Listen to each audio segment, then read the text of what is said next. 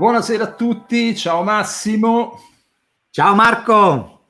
Allora, oggi siamo qui a fare una sorta di recap della puntatona precedente, quella relativa al nostro speciale David Di Donatello, con un po' tutti, insomma, alcuni dei candidati al premio come miglior compositore. È ritornato come miglior compositore, quindi non più come miglior musicista, miglior compositore. Allora, iniziamo. Qualche giorno fa abbiamo mandato il contributo integrale di Max Viale, che è stato anche il vincitore con Gatto Ciliegia contro il Grande Freddo. Oggi invece cominciamo con un ospite che non abbiamo mai avuto, quindi è un ospite di riguardo. Stiamo parlando di Aldo Descalzi, il fratello di Pivio. No. Aldo Descalzi, no.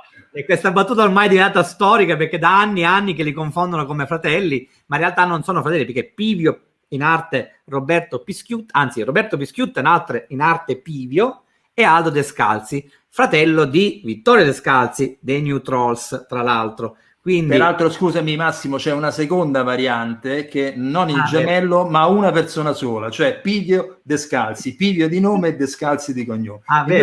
Sono due.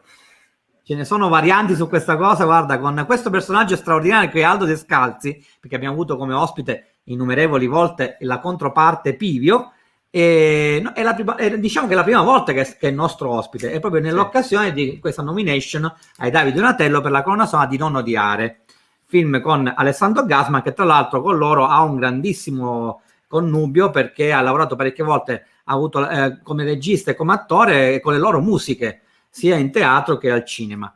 E vabbè, Pivio e Aldo Descalzi, come non menzionare il loro grande sodalizio con i Manetti Bros, con il quale hanno realizzato ad oggi ben, vi dico, tra serie TV e film, un totale di quasi 25 film insieme, quindi 25 opere insieme, quindi caspita. Non ultima Diabolic, di cui Aldo ci racconterà alcuni aneddoti in anticipo sul fatto che poi il film uscirà a ottobre prossimo, come è stato previsto. A fine anno.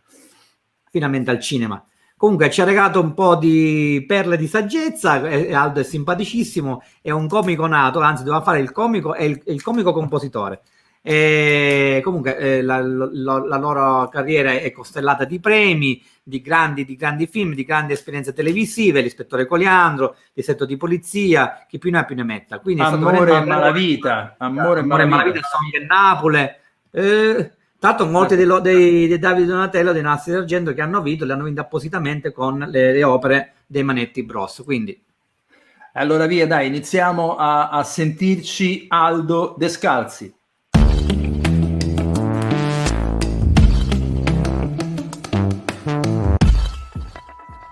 Io vedo nel backstage l'altra metà del duo Pivio Descalzi. Da noi normalmente i famosi fratelli Descalzi che non sono fratelli. lo faccio entrare. Eccolo qui, Aldo Descalzi. Buonasera a tutti. Io per confondermi ancora un po' di più ho qui una mascherina. Io adoro Aldo, io l'adoro. Adesso in questo momento sono Pivio e Aldo Descalzi. Lo adoro, io sono un fan di Aldo, perché guarda, le risate ci siamo fatti io Aldo in un festival a Cresa de Mar 2 anni fa, guarda. Ciao Aldo. Ciao a tutti, ciao. Faccio complimenti per la trasmissione, ma ve li faccio sinceri perché c'è bisogno di tenere su tutta questa storia qui e che ne dicano queste trasmissioni streaming sono linfa vitale per la cultura. Dai, facciamo bravo, dai, infatti. Soprattutto magari per la musica, mettiamola così, anche perché la musica gira poco nei canali nazionali, almeno cerchiamo perlomeno per quanto è possibile di parlarne noi, con i protagonisti peraltro. Infatti, e abbiamo il piacere di avere Aldo Descalzi senza Pivio, perché Pivio è lì a Roma, ma Aldo invece è a Genova, a casa sua. Anzi, togliamo il sottopancia che non è né di... scusate. Allora, Aldo, parliamo di questa colonna sonora e di questa nomination. Tra l'altro ne avete due, miglior colonna sonora e miglior canzone Ginevra Nervi, quindi... Allora, la miglior canzone Ginevra Nervi, facciamo un'analisi bieca, perché combatte contro dei titani non del cinema, poi alla fine, ma della musica pop, quindi voglio dire, insomma, Baglioni, le è capitata una sfiga pazzesca, perché voglio dire, però, insomma, è vero che poi, sai, magari c'è la tendenza da parte della giuria, magari può anche darsi che ci sia una sorta di rifiuto, no? Entrare a contatto col mondo, sai com'è la cinematografia, no? Sai com'è il mondo, ma però la Pausini, ma io non credo. Fra l'altro aggiungo che, come dicevate voi, credo che apra lei, e credo anche che no, sono sicuro, perché a noi ce l'hanno chiesto un mese fa, ma non è mai decollata la proposta di far cantare quelli, cioè, che hanno le migliori canzoni. Cioè, però la Pausini la canta, però questo senza fare figli e figliastri, però voglio dire, insomma, vabbè, è anche ovvio che la Pausini ha un suo peso commerciale, però qui parliamo della Rai, quindi va bene, insomma. Per quanto riguarda invece la nomination al miglior colonna sonora, lì ci sono anche dei mostri sacri del calibro, perché c'è Piovani, per esempio, no? Però, e poi il nostro è un film piccolo, per quanto sia un film, devo dirti, veramente interessante. Pregno, come dicevi tu prima, esatto. E sono felice di averlo fatto, perché Marco ci ha lasciato lavorare in tutto e per tutto, e credo che sia venuto fuori un bellissimo lavoro, lo dico fiero, non per tanto, parliamo sempre di noi amatori della cosa, no? Quindi ecco, questo è. Peraltro un tema anche controverso, questo di non odiare, insomma, un tema che ha a che fare con la vendetta, con problemi storici mai risolti qui da noi in Italia. Com'è stato il vostro approccio su questa materia, voglio dire, delicata? Sì, la materia è delicatissima, non delicata, e devo dire che con l'avvento dei social io leggo cose abominevoli da una parte e dall'altra. E c'è proprio un distacco, no? Mentre prima c'era un tentativo di dialogo tra le parti, adesso c'è veramente un distacco netto. E devo dire che sono andato... Allora, ho visto i film ovviamente per ovvi motivi ben prima, e anche in altri modi, premontato, montato, eccetera, eccetera. E mi ha da subito abbastanza prima incuriosito, e poi ero anche un po', come dire, prevenuto, no? Perché è difficile parlare di un tema così pesante e non prendere una posizione, no? E qui si prende una posizione netta, che è quella del proprio sentimento interiore, a prescindere dalla parte, no? Perché lui prende il dottore che voi sapete la trama, Gasman, sì. un assunto del belino, come diciamo, scusate, ma allora il dottore che vede quest'uomo morente e scopre che ha una svastica, lui è un ebreo, figlio di gente stata nei campi di concentramento, prende una decisione chiara, è non ti salvo, punto, e a capo, no?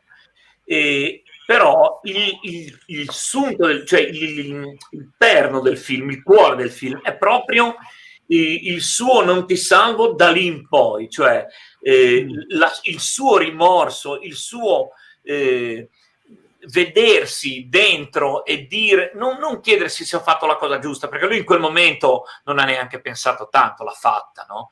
Però comunque rimuginare sul fatto che lui ha scelto sulla vita di un altro, a prescindere da quello che poteva essere successo, no? Infatti in un modo o nell'altro sono un'ora e 10 di redenzione, no? Cioè di lui che pensa in qualche modo di risolvere questo problema, perché comunque sa di aver fatto qualcosa che non è corretto, no? E la sua, lui lo sente, cioè lui sa che da quel momento in poi qualcosa non ha fatto qualcosa di sbagliato. Soprattutto quindi, in quanto medico ha fatto qualche cosa che un medico non deve mai fare. Proprio famoso giuramento di consentimi di dire anche da uomo proprio, cioè io è chiaro che non sto certo con quello con la svastica, ci mancherebbe ancora, anzi, però è una cosa che, cioè, la vita di un uomo è la vita di un uomo, ecco, punto. Ecco perché è un tema controverso questo, perché a seconda di come lo giri, a seconda l'ideologia spesso va a cozzare con questo tipo di scelte, ed è lì il dramma forse alla fine. Certo. Senti, invece parlaci un po' della colonna sonora, proprio entrando nel tecnico. Quando l'avete realizzata, come l'avete realizzata, durante il lockdown o fuori? Poco fuori, poco prima del lockdown, e devo dire, io e mio fratello Pivio per rendere sempre più incasinata la situazione. Sai che io sono Massimo, quindi lasciamelo, concedi. Ci sono tanti di quegli aneddoti su questa cosa qui che potremmo riempire una puntata, Sì, esatto. E devo dire, è stata proprio una scelta di lavorare soprattutto con strumenti elettronici, proprio per scelta, non perché la Rai ci ha imposto dei budget scarsi, però non per caso, cito casualmente la Rai, ma non volevo entrare in polemica, per carità di Dio. Però poi apriamo semmai un libro, facciamo una trasmissione di una settimana, guarda, quando vuoi.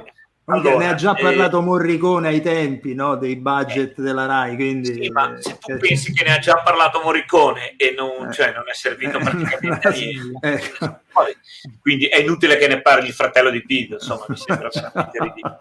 Allora, diciamo che è stata proprio una scelta di optare per strumenti elettronici proprio per cercare di essere molto freddi, no? Perché poi, anche lì per non prendere una posizione troppo, che sottolineasse troppo la parte drammatica o la parte incazzata, ecco, tanto per capirci. Un tono neutro in qualche modo. Un tono assolutamente neutro che funziona fino alla canzone, devo dire. Fino alla canzone, la quale canzone poi esprime, secondo me, e lì devo dire, lo dico con grande orgoglio e ringraziando anche Ginevra, esprime una grande emozione, che è l'emozione sua che finalmente a quel punto lì ha raggiunto. C'è la scena di lui che finalmente fa amicizia col cane, che sembra un dettaglio ma invece è un momento importante, e questa grande emozione viene fuori, e peraltro è l'unico momento in cui poi escono anche effettivamente degli archi, e quindi un ensemble più canonico e più armonico e melodico. Vai. Anche perché poi esplode anche il tema, che fino a quel momento in realtà era stato un po' soffuso, e facciamolo esplodere sto tema. È vero. Fino a quel momento lì si è evoluto qua e là in maniera molto nascosta, insomma. Sì, giustissimo. Senti, a proposito di Donatello, se non vado errato, però io c'ho un'età anch'io, l'ultimo Donatello in presenza, ma non l'avete vinto voi? Donatello non quello dell'altro anno, quello del 2 anni prima. Dell'anno prima? Correggetemi se sbaglio. Farò outing. Io ho un K di RAM, Cioè, quindi, andiamo bene proprio. No, ve lo dico io. Dai, fai il giovane della situazione, Massimo. Il giovane. Dai, allora, chi è che ha vinto il penultimo Donatello? Fammi dire solo questo, che io l'ultimo Donatello che abbiamo vinto per Amore Malavita, io ahimè, e fra l'altro ancora un po' si evince da questa parte che si muove poco, ho subito un intervento qui il giorno prima, quindi quando Pivio poi è andato a ritirare il Davide ha detto questo è pensavano che fossi morto, infatti hanno scritto a mia moglie e gli hanno detto ma dove sta Aldo, capito perché? Però è bellissimo perché ho questa faccia tutta fasciata, no? In questa clinica a Piacenza e c'era l'infermiera che veniva e diceva ho vinto e diceva stai zitto che devo farti la foto le scene da Verdone cazzo hai finto che ti abbiamo fatto stai zitto devo farti la foto e quindi l'ho vissuta così, quindi permettetemi anche questa mancanza di date precise che ho un po'... Che l'hai pure dimenticata, voglio dire. Comunque Massimo, quando è che hanno vinto? Allora, scusate che mi sono perché io quando parla Aldo, lo adoro talmente tanto, perché io lo considero il più grande compositore di musica da film comico della faccia della terra, perché per me è lo sai che è reciproco. È un mancato comico. Poi mangia divinamente bene come mangio io, quindi va bene. Allora, no, effettivamente l'ultima edizione in cui hanno preso il premio era Amore Malavita, ma credo che fosse antecedente all'anno prima ancora della pandemia. Vai. Se ne può parlare di un personaggio dei fumetti? Di un certo Come, tra l'altro, ne voglio parlare, parliamone. Tra l'altro io sono stato costretto a fare il capo comparse, quindi parliamone. Questa non la sapevo. E come? Ho anche scritto un articolo da reportage da dietro le quinte del film. Quindi, e dovrebbe uscire, spero, quando uscirà il film al cinema, che è stato detto verso ottobre-novembre, giusto Aldo? Sì. Dovrebbe uscire anche un monografico sui Manetti Bros con un'intervista esclusiva a Pivio e Aldo Descalzi, fatta da sottoscritto 3 ore di intervista, dove i due fratelli ne raccontano di cotte e di crude. Vabbè. Comunque parliamo di Diabolic. Dai. Parliamone, sì, volentieri. C'è Fiorello dietro, c'è Fiorello. Ma da quanto è che è pronto Diabolic? Da un po', mi sa. Allora, devi sapere che io ho un K di RAM. Che lo ripete ancora. Non so se te l'ho già detto. Bellissimo. No, è pronto da un bel po', anche perché doveva uscire teoricamente dicembre scorso, che già era bello pronto.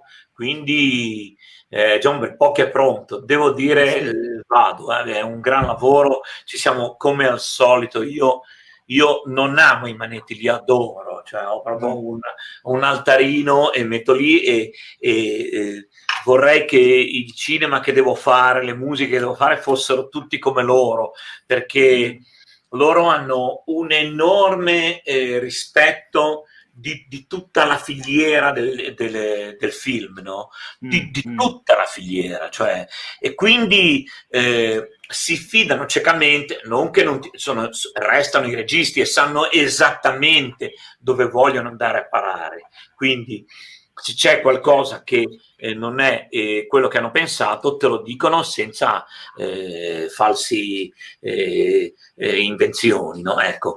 E quindi questo è già fantastico. Secondariamente, insomma, continuano a lavorare con noi e noi continuiamo a lavorare con noi perché c'è un grande rispetto reciproco che credo sia il top per lavorare in questo ambiente, il top.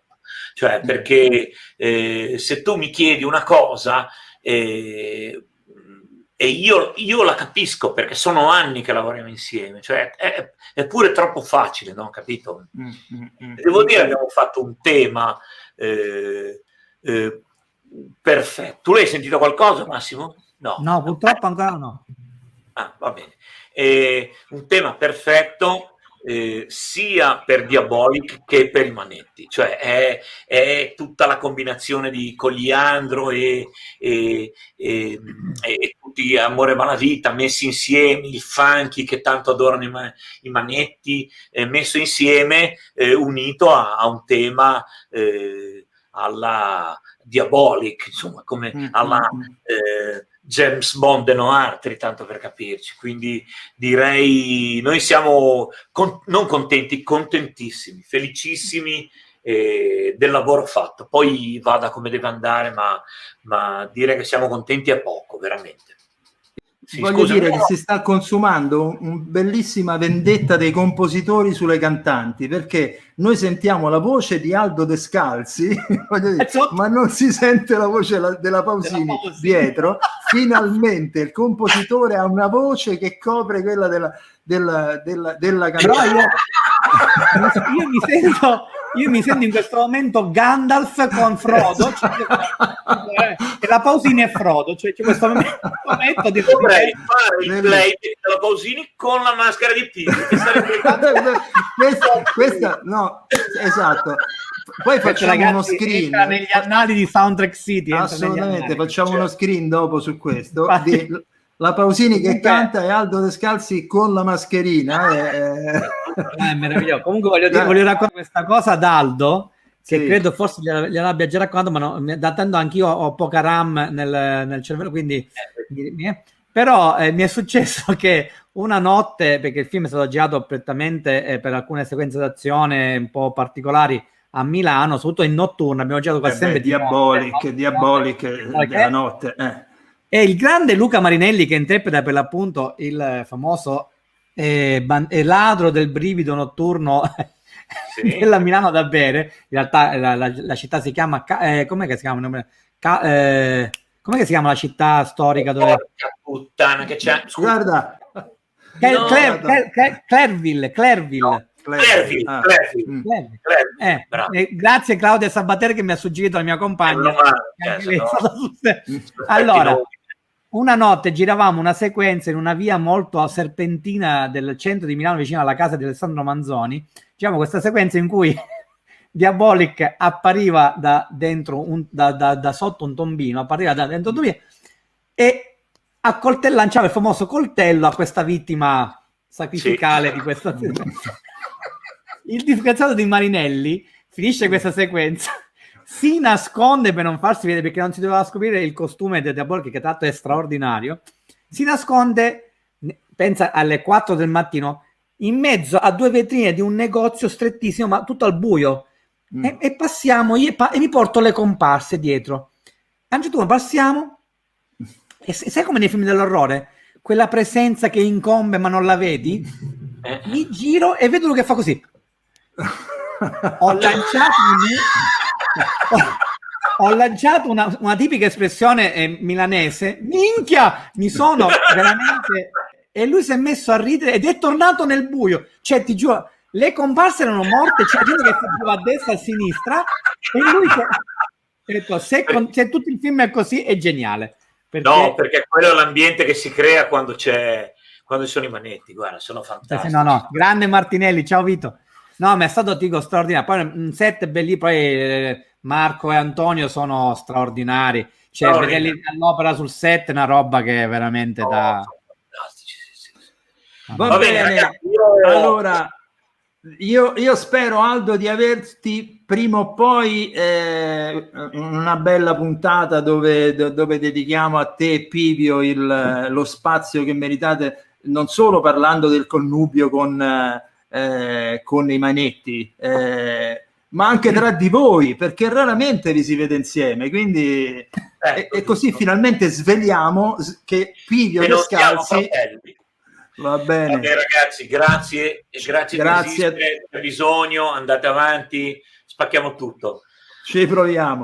Speriamo di vederci bene a 10 centimetri e baciarci, abbracciarci. Sì, assolutamente sì. Bocca al lupo. Ciao Marco, ciao a tutti. Ciao.